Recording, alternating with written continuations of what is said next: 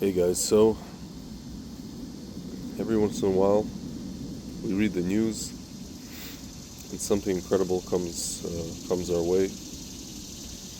Today, um, an Israeli archaeologist, I forget his name escapes me right now, I don't have it in front of me, revealed a finding from 3,800 years ago in a place called Sirbet El Kadim, which translates to Pillar of the Slaves. It is on the western part of the Sinai Desert. Basically, if you look at a map of the Sinai Desert, it is essentially, um,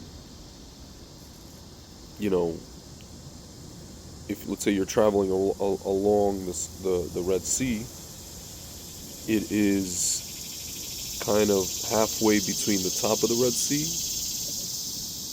and the tip of the Sinai Peninsula. And the inscription says in Proto-Semitic language, font, this is from Moshe. Zot me Moshe. This is from Moses. So the incredible part, guys, is that I don't know when this archaeologist actually found this, but he released it today. And I guess he's conscious of, obviously the Torah and the time that we're in. For sure he is. Because this week's Parsha starts the book, we begin the book of Deuteronomy, Dvarim, words, right? And it literally starts off, these are the words of Moses. Like, it's not, it is Hashem really speaking to us, but it's Moses speaking whatever he downloaded, or reviewing kind of whatever he downloaded. I like to call it a zip file, because it's really like a compressed zip file of everything from before, right? All the things, all the warnings, all the things Jewish people are supposed to do in the future, right? If they do them, here's what's going to be. If they don't do them, here's what's going to be. This and that and the other, right? All like bunch of laws. So I just want to read the actual. I'll read the Hebrew and then I'll read the English. Sometimes the English is not really so good. One second, guys. I have this in front of me. So I was looking at a map. Just 1 second. Actually go to Dvarim. See, it says literally the first line of Dvarim. Ele hadvarim asher diber Moshe el kol Israel. Be'ever hayarden b'midbar b'arba mosof ben paran ben tafel ve'lavan ve'chatzrot ve'di zahav. Basically, these are the words which Moses spoke to all the Jewish people in the plains of Moab on the east bank of the Jordan. So that's it, in the east bank of the Jordan River, what today is Jordan. Basically in Judea and Samaria, right? He mentioned the places where they were building in the wilderness, in the plains of Moab, at the sea, Sea of Reeds, of Paran. Crazy, huh? Between Tofel and Lavan, and Chatzerot and Dizachav. So the question is, where are these places? Let's take a look. Yeah, this is where they names of actual places. So I'm wondering where because it outlines here all their journeys here. Let's see. It's definitely by they call it the Sea of Reeds. Today it's basically the Red Sea. Let's see.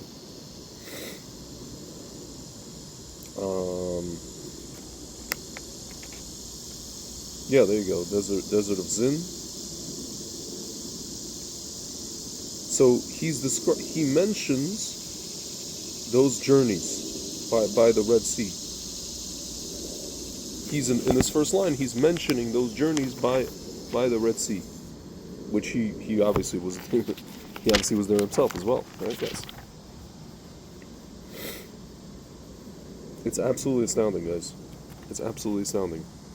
You know, I don't know who else would write. Who else would be named Moses? 3,800 years ago. I don't know if there was another Moses. You could say there could be, like whenever they find something, inscriptions, right? Let's say in Israel on pottery, and they find an inscription where it says David or Shlomo. Oftentimes, guys, archaeologists like to say, well, these were common names, right? It could be any David, any Shlomo, right? But then it goes into certain specific things, and we find out it's the David or the Shlomo, right? Or a particular prophet, right? Just like we found during the parsha of the blessing and the curses, they found an inscription that talked about the blessing and the curse in the Torah. They found it at Har Gerizim, Mount Gerizim, right? Which is fascinating. Yeah, Hatzeros. Okay. So this was already walking towards, from Sinai. Okay. So that's what he's mentioning. But my friends, this is absolutely... But the Reed Sea, interestingly enough, the Reed Sea... okay, so this is two parts of the Reed Sea. So it could be that. Guys, either way, this is astounding. This is an astounding finding. I don't know what's going to come of this. Like, people like to say, there's a whole discussion about whether or not the whole story of the splitting of the sea happened, right? Do we have any evidence of that? Do we have anything that points to it, right? There's all kinds of investigations. There's all kinds of, geological, proofs, things people try to show. But my friends, when it says on a wall, inside of a cave or a mountain or some rock formation, Proto-Semitic writing, this is from Moshe, Zot me Moshe. Guys, I don't can it be any more? It's almost like, if you wanted to make a hoax, God forbid, you would go and you would write that, right? And even then, it would be stupid, because then you'd have to write, then you'd write like the actual text from the Torah, right? That would be a hoax. If somebody wrote, the actual Advarim Asher, this whole sentence, right? Because this is Hashem writing this, right? At least that's what we believe. See, it says, the book of Dvarim arose from a different form of prophetic revelation than the previous 4 books of Moshe. Unlike the preceding books, which were dictated directly by God, the book of Dvarim was divine revelation, which Moshe phrased in his own words. So at that time, he could have just been writing, "This is from Moshe." Like, this is for me. I am Moshe. This is for me. At first glance, this would appear. This is from the Rebbe, by the way, guys. The Voucher Rebbe. This would appear to be a disadvantage, for words arranged by God Himself are surely superior to those composed by Moshe. However, in truth, the book of Dvarim. Just 1 second. Lost the place. Has its own advantage, that the words of God reached a higher level of compatibility with the human mind. Moshe's contribution to the book of Dvarim did not detract from the validity of the work, for Dvarim remains part of the Chumash just as much as other 4 books. But having passed through the interface of a human mind, the words of this book were fashioned in a manner that other human beings would find easier to absorb. Hence, this is Zot me Moshe, right? Just writing on the wall. The book of Dvarim was said to the generation which was about to enter the land of Israel, where food would not be provided miraculously. An extensive interaction with the mundane would be necessary. As a preparation for this, the Jewish people were given the book of Dvarim, which contained godly wisdom that had been brought more down to earth by Moshe. As a divinely inspired work of the human mind, the Book of Dvarim sets the precedent for later prophetic works. So it's almost like a preview of, like, what we get from, like, prophets Ezekiel, Jeremiah, all that kind of stuff. It is also a form of precursor for rabbinic law, which is humanly conceived and yet is an expression of the will of God. Like, we have halacha, so we have the rabbis setting down based on their Ruach HaKodesh, their download. Again, the zip file, as I call it. A Baal Tshuva is one who returned to God through his own initiative, but God assists the Baal Tshuva with divine revelation to subconscious soul. This is similar to the way the Book of Dvarim was said. Consciously, it was Moshe's own words, but on a deeper level is a product of divine revelation.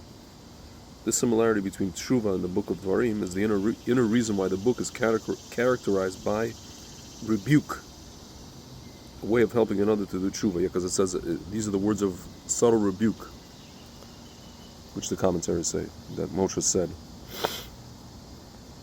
Yeah. Just one sec, guys. See, he talks about what was subtle about it. Whenever he mentions a place, Moshe. He's alluding to the thing that they did at that place, but he doesn't want to say. He doesn't want to say, "Oh, you did this thing."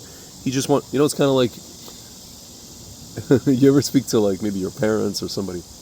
I remember what you did in Manhattan. I'm not gonna say, but I remember. Remember that thing in Brooklyn? Remember that thing in so-and-so's house? But they don't want to say because they don't want to embarrass you, right? So he says, in the desert, he rebuked them for angering God in the desert, when they said, if only we had died in Egypt, right? In the plain, they did the sin of, the Baal Peor, in the plains of Moab, right? At the Sea of Reeds, the rebellion at the Sea of Reeds. Paran, the whole sin of the spies. And between Tophel and Lavan, Rabbi Yochanan said, we have searched the entire Torah, but we have found no place named Tophel and Lavan. However, this means that he rebuked them because of the foolish things they had said, Tophel, Taflu, about the man, which was white, Lavan, saying, we're disgusted by this insubstantial bread. And then Hatzerot, with the rebellion of Korach. Another explanation, he said to them, you should have learned from what I did to Miriam at Hatzerot because of slander, Lashon Hara, because he spoke against God. Sorry guys, bugs here. And then the last one, Dizahav, enough gold. He rebuked them for the calf, the golden calf he made as a result of their abundance of gold. So these are the names of places named after what happened over there, right? My friends, this particular place, again, this particular area where this was found, if I'm not mistaken, one sec, let me check it again, was, I think where the golden calf was made, if I'm not mistaken. Let me see, 1 second, guys, I apologize. Match it up on the map, this is just a general area. It's like it gives you, here there's a table of contents and it shows you, here we go, 10, the 40, 1118, oops,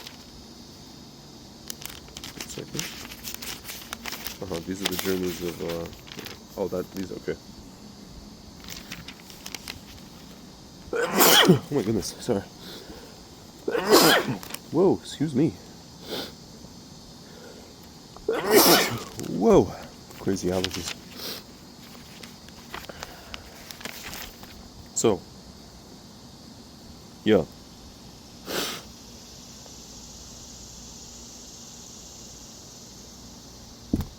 Basically, spring palm trees.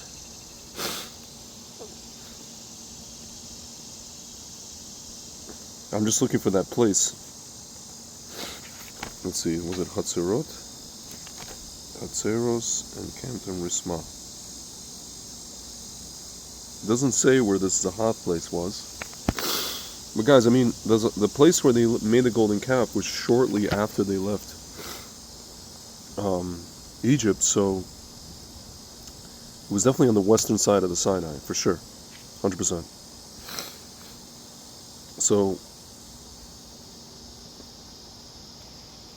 My friends, I mean, if you look at where this was found, it's absolutely amazing. I think it's absolutely amazing. And I'm curious to read about this further in the articles, about what this place is, what this means, what's the interpretation of the archaeologists, but just the fact that it was found. And again, I don't know, there was another Moses at that time, another person named Moses. Moses was a very unique name. Moshe was a very unique name given by this, it was an Egyptian name, my friends,